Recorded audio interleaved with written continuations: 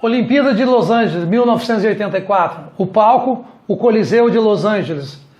Nós, brasileiros, conhecemos bem esse estádio porque a seleção brasileira de futebol jogou ali durante aquela Copa do Mundo que teve lá nos Estados Unidos. Mas a história não tem nada a ver com futebol. A primeira maratona feminina dos Jogos Olímpicos da era moderna. Na verdade, a primeira maratona feminina porque os Jogos Olímpicos da era antiga, que eram disputados na Grécia, só homens participavam. E o que isso tem para mostrar para nós, ensinar para as nossas vidas? Assista esse vídeo até o final que você vai ficar sabendo.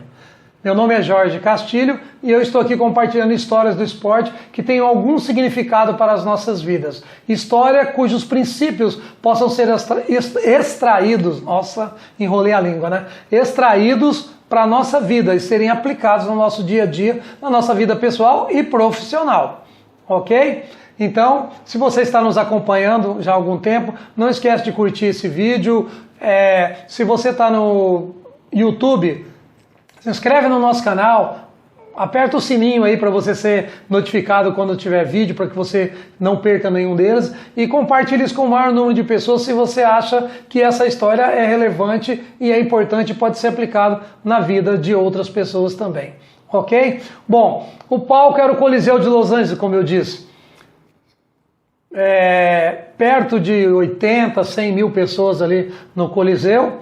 A lotação máxima dele chegou a ficar em 100 mil, mas depois foi diminuída, então eu não sei falar exatamente a lotação. Porém, era o atletismo, o esporte mais visto nos Jogos Olímpicos. O atletismo é o esporte que tem a maior audiência durante as Olimpíadas e normalmente é o esporte que traz mais emoção também durante os Jogos.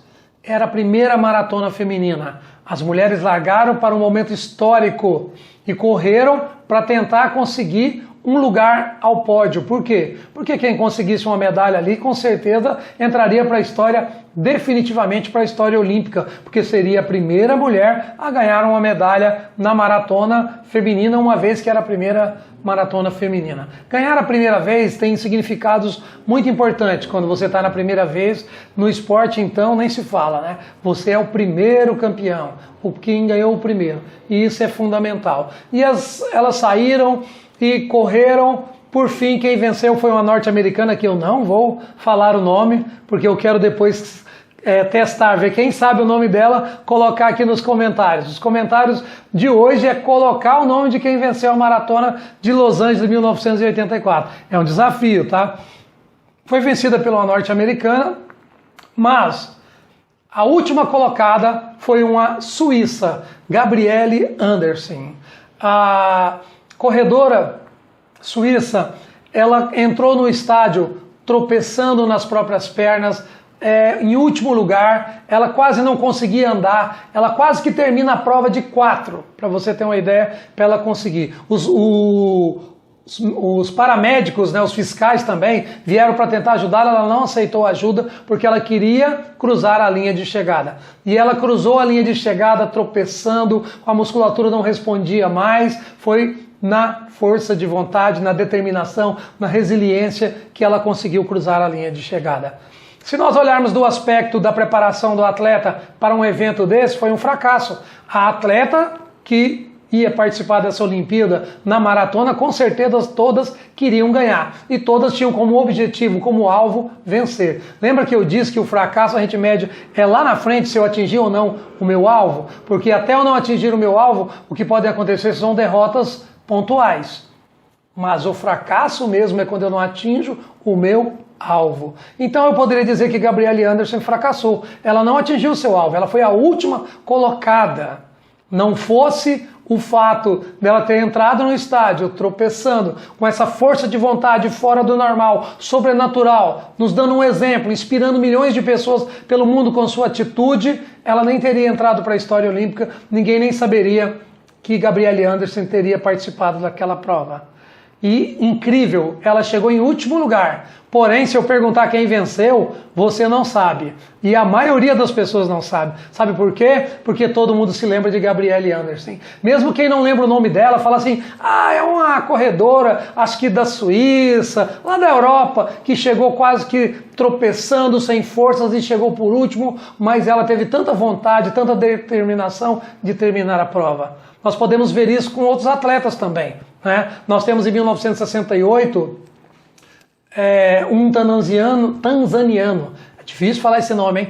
Ele terminou a prova mancando, no 19º quilômetro, ele machucou o seu joelho e continuou até terminar a prova e chegou horas depois que já tinha acabado a prova e ele simplesmente diz, o meu país me mandou aqui, não para começar uma prova, mas para terminá-la.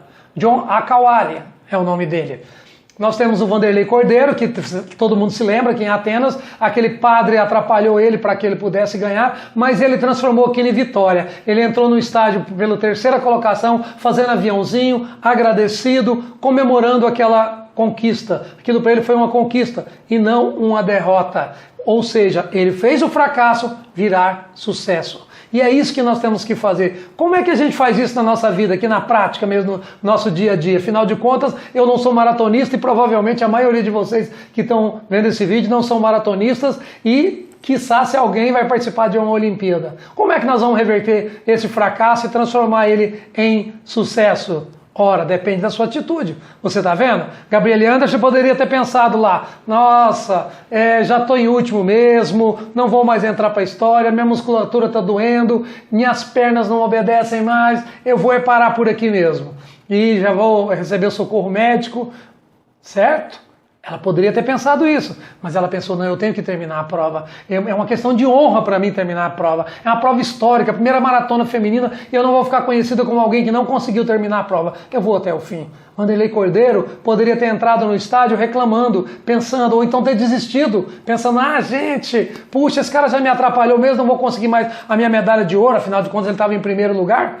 Terceiro lugar não vai ser tão bom assim, não. Ele teve outra atitude, ele entendeu, inclusive perdoou o padre. Depois os dois até se encontraram num programa da televisão francesa. E graças a isso Vanderlei recebeu a medalha do mérito olímpico, a medalha Pierre de Coubertin, que nenhum brasileiro tem, a não ser ele.